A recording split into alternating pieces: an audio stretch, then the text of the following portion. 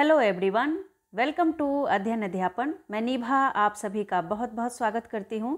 तो फ्रेंड्स, बात करेंगे आज के पेपर सेकेंड शिफ्ट के एनालिसिस की, यानी एमपी टेट वर्ग 1 शिफ्ट सेकेंड के पेपर की एनालिसिस करेंगे और देखेंगे कि आपके क्वेश्चन कहाँ कहाँ से पूछे गए थे।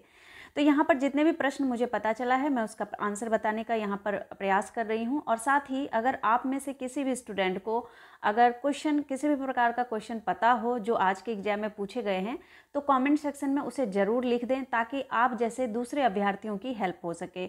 और एक बात यहाँ पर, आपको जो आज का पेपर है सीडीपी थोड़ा सा टफ पूछा गया था, लेकिन अगर आप टॉपिक देखें तो वही टॉपिक है। अगर आप लोग सीडीपी की तैयारी अच्छे से कर लेते हैं तो बाकी जो आपका हिंदी है, मैथ है या रीजनिंग है, क्वेश्चन इजी पूछे जा रहे हैं। ठीक है, तो बाकी आप लोग देख लीजिए क्वेश्चन का स्वरूप, उससे आप लोगों को पता चल जाएगा तैयारी किस प्रकार से करनी है। देखिए जो क्वेश्चन है यहाँ पर, एक बच्चा सबसे पहले परिवार में विकसित होता है, इसके बाद वह घर से बाहर निकलकर समाज एवं परिवेश में से चीज़ों को सीखता है। यह किस सिद्धांत पर आधारित है? तो आप सभी जानते हैं जो वाइगोत्स्की हैं वो सामाजिक सांस्कृतिक सिद्धांत के द्वारा ये बताते हैं कि बच्चे जो है वो समाज में चीज़ों को आसानी से सीखते हैं और जल्दी सीखते हैं। तो यहाँ पर वाइगोत्स्की सही आंसर होगा। और साथ में अगर सिद्धांत की बात करें तो सामाजिक सांस्कृतिक सिद्धांत यहाँ पर बिल्कुल सही हो जाएगा। अब चलिए नेक्स्ट क्वेश्चन की तरफ बढ़े। तो यहाँ पर आपके पियाजे के स्टेज से क्वेश्चन पूछा गया था। जीन पियाजे के अनुसार प्री ऑपरेशनल स्टेज वाले बच्चे होते हैं तो कैसे होते हैं? आत्म केंद्रित होते हैं। तो यहाँ पर पियाजे के स्टेजेस को जरूर पढ़कर जाएं, क्योंकि आपके क्वेश्चन कल भी पूछे गए थे और आज भी पूछे गए हैं। तो यहाँ पर थोड़ा सा मैं आप लोगों के रिवीजन के लिए यहाँ पर मैंने ऐड कर दिया, क्योंकि इस बहाने आप लोग इसको पढ़ भी लेंगे और थोड़ा सा रिमाइंड कर लेंगे। देखिए जो पहली अवस्था होती है, पियाजे के द्वारा 4 मुख्य अवस्था दी गई है डेवलपमेंट की, कॉग्निटिव डेवलपमेंट की। तो यहाँ पर पहली जो अवस्था है वो है सेंसरी मोटर स्टेज, जिसमें बच्चे की आयु कितनी होती है? 0 से 2 वर्ष, और इसको हम संवेदी प्रेरक अवस्था कहते हैं। इसके साथ ही सेकंड है प्री ऑपरेशनल स्टेज, यानी 2 से 7 वर्ष की अवस्था, और इसे हम पूर्व संक्रियात्मक अवस्था कहते हैं।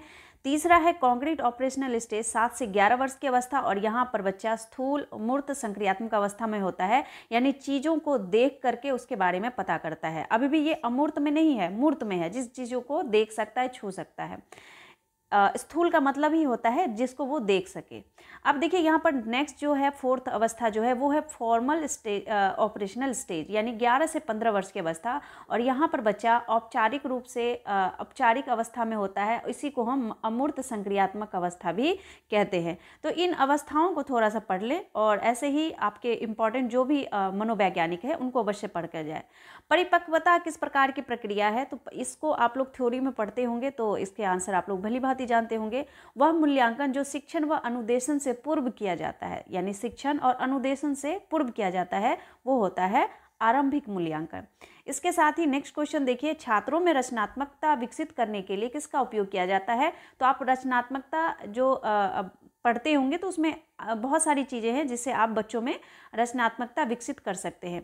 प्रगतिशील शिक्षा से प्रश्न पूछा गया था। तो प्रगतिशील एक छोटा सा टॉपिक मतलब है और इजी भी है, तो उसको थोड़ा सा पढ़ लें। देखिए जीके में जो क्वेश्चन आया था वो यहाँ पर दिया गया था, आम का बगीचा किसे कहा जाता है? कुछ इस प्रकार का प्रश्न पूछा गया था। संख्या श्रृंखला से प्रश्न पूछा गया था। सीटिंग अरेंजमेंट, यानी आपके जो रीजनिंग है इससे 2 प्रश्न पूछे गए थे, और इसमें ज़्यादा प्रश्न नहीं पूछा गया था। उसके बाद आपके रेशो यानी अनुपात से प्रश्न पूछा गया था। इसके साथ ही अगर हिंदी की बात करें तो देखिए हिंदी में पूछा गया था कि आमरण में कौन सा समास है? तो समास को जरूर पढ़ कर जाए, और आपके जो ये कारक हैं वो उनको जरूर पढ़ें। तो यहाँ पर अवयवी भाव है। उसके बाद वाक्य के प्रकार से प्रश्न पूछे गए थे, यानी वाक्य के प्रकार से संबंधित प्रश्न था। संधि विग्रह से प्रश्न था, तो इन सबको पढ़कर जाए। शुद्ध वाक्य का चुनाव करना था। तो देखिए लगभग आप लोगों को पता चल रहा होगा, इजी था क्वेश्चन।